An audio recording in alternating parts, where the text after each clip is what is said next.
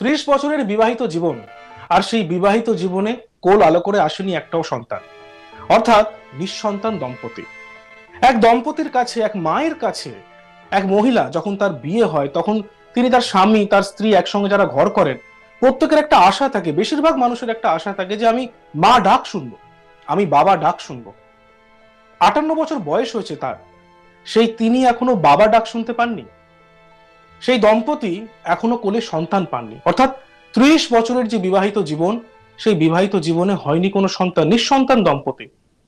বিজ্ঞান এগিয়েছে, বিজ্ঞানের যুগ, আর এই যুগে এসে দাঁড়িয়ে কিন্তু প্রথমে সন্তান না হলে অন্যান্য পদ্ধতিতে, বিজ্ঞানের টেকনোলজি আছে, আইভিএফ, ইনভিট্রো ফার্টিলাইজেশন, এই পদ্ধতিতে কিন্তু বাচ্চা নেওয়া যায়, অর্থাৎ সন্তান নেওয়া যায়, কিন্তু তার জন্য বিশেষ অনুমতির প্রয়োজন হয়।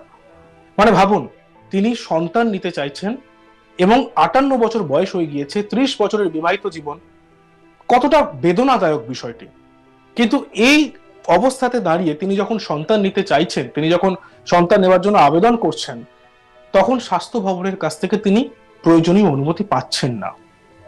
ভাবুন তো, তিনি বাচ্চা নিতে চাইছেন, তিনি সন্তান নিতে চাইছেন, একটা দম্পতির কাছে সব থেকে বড় ডাক কি হতে পারে? মা ডাক অথবা বাবা ডাক। সেই মা বা বাবা ডাক শোনার জন্য তাকে ছুটতে হচ্ছে সরকারি দপ্তরে।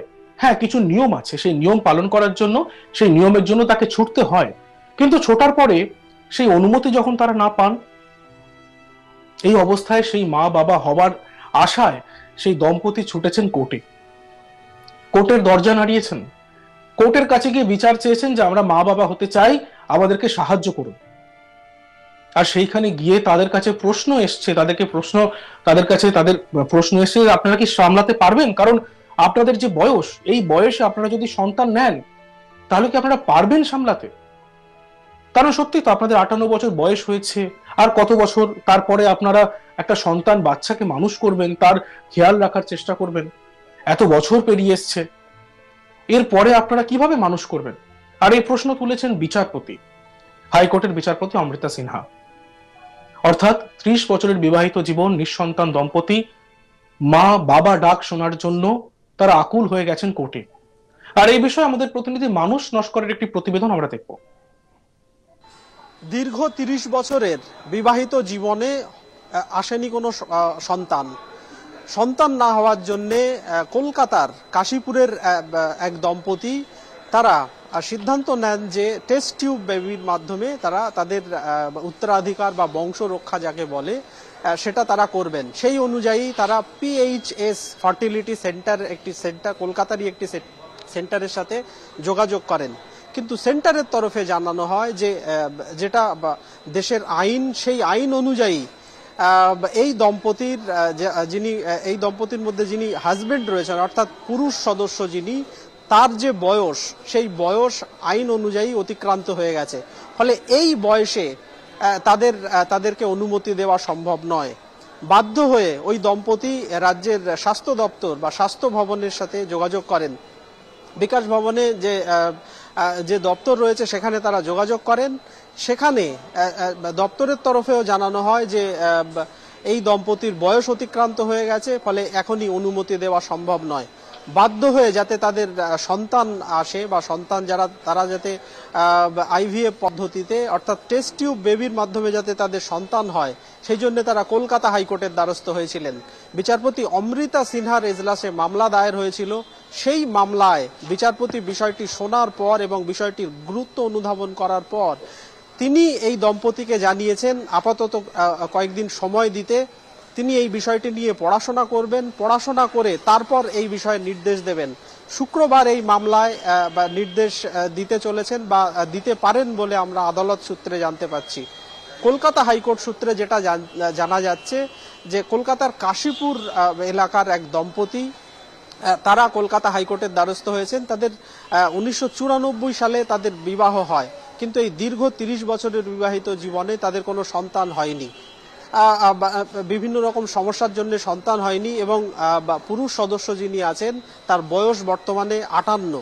কিন্তু আইন অনুযায়ী, দেশের যে আইন, সেই আইন অনুযায়ী পুরুষ সদস্যের বয়স হতে হয় 21 থেকে 55-র মধ্যে। যেহেতু 58 বছর বয়স হয়ে গেছে, ফলে স্বাভাবিকভাবেই এই অনুমতি দেওয়া সম্ভব নয় বলে ইতিমধ্যেই আদালতে জোর সওয়াল করেছেন রাজ্যের তরফে আইনজীবী। রাজ্যের আইনজীবীর বক্তব্য যে কেন্দ্র সরকারের যে আইন সেই আইন অনুযায়ী এখন যদি অনুমতি দেওয়া হয় সেক্ষেত্রে যে সন্তান টেস্ট টিউব বেবি যেটা হবে সেই সন্তানের প্রতি অবহেলা হতে পারে। সাধারণত দেখা হয় যে এই ধরনের সে যেখানেই যেভাবেই সেই সন্তান আসুক না কেন সে যাতে ভালোবাসা পায়, যত্ন পায় এবং তাকে পারিবারিক যাতে আর্থিক স্বাচ্ছন্দ্য থাকে, কোনো রকম যাতে সমস্যা না হয় সেই বিষয়গুলো খতিয়ে দেখা হয়। রাজ্যের স্বাস্থ্য দপ্তর সেই বিষয়টি খতিয়ে দেখার পর এই সিদ্ধান্ত নিয়েছে যে এদের এই অনুমতি দেওয়া সম্ভব নয়। তারপরেই বিচারপতি মামলাকারীদের যারা মামলাকারী রয়েছেন তাদের আইনজীবীর কলকাতা হাইকোর্টে যখন সওয়াল করছিলেন তখন তার কাছে জানতে চান যে এই যিনি মহিলা সদস্য রয়েছেন তিনি কি করেন। আইনজীবী জানান তিনি গৃহবধূ, তবে আর্থিক কোনো সমস্যা হবে না, তাদের পারিবারিক ব্যবসা রয়েছে, ফলে আর্থিক স্বাচ্ছন্দ্য রয়েছে। এই বিষয়ে বাচ্চা যে ভবিষ্যতে জন্ম নেওয়ার পর কোনো রকম সমস্যা হবে সেই সমস্যার কোনো সম্ভাবনা নেই। বিচারপতি এই বিষয়টি শোনার পরেই নির্দেশ দিয়েছেন যে আগামী শুক্রবার তিনি এই বিষয়ে নির্দেশ দেবেন। আপাতত এই বিষয়ে তার পড়াশোনা করা প্রয়োজন। তিনি পুরো বিষয়টি জেনেছেন, জানার পরে ওই দম্পতিকে আশ্বস্ত করেছেন যে শুক্রবার আদালত এই বিষয়ে নির্দেশ দেবে। প্রসঙ্গত কলকাতার কাশীপুর এলাকার এই দম্পতি তারা প্রথমে একটি PHS ফার্টিলিটি সেন্টারের কাছে আবেদন জানিয়েছিলেন। তারা IVF পদ্ধতিতে টেস্ট টিউব বেবি নিতে চান বলে, কিন্তু ওই সেন্টারের তরফে জানানো হয় যেহেতু বয়স অনেকটা বেশি হয়ে গেছে, এই বয়সে তাদের পক্ষে এই বিষয়ে অনুমতি দেওয়া সম্ভব নয়, এক্ষেত্রে স্বাস্থ্য দপ্তরের অনুমতি লাগবে। কিন্তু স্বাস্থ্য দপ্তরও সেই অনুমতি দেয়নি, বা স্বাস্থ্য দপ্তর যে কেন্দ্র সরকারের যে আইন রয়েছে সেই আইনি বাধা রয়েছে বলে স্বাস্থ্য দপ্তরের তরফে জানানো হয়। বাধ্য হয়ে তারা কলকাতা হাইকোর্টের দ্বারস্থ হয়েছিলেন। কলকাতা হাইকোর্টের বিচারপতি অমৃতা সিনহার এজলাসে মামলা দায়ের হয়।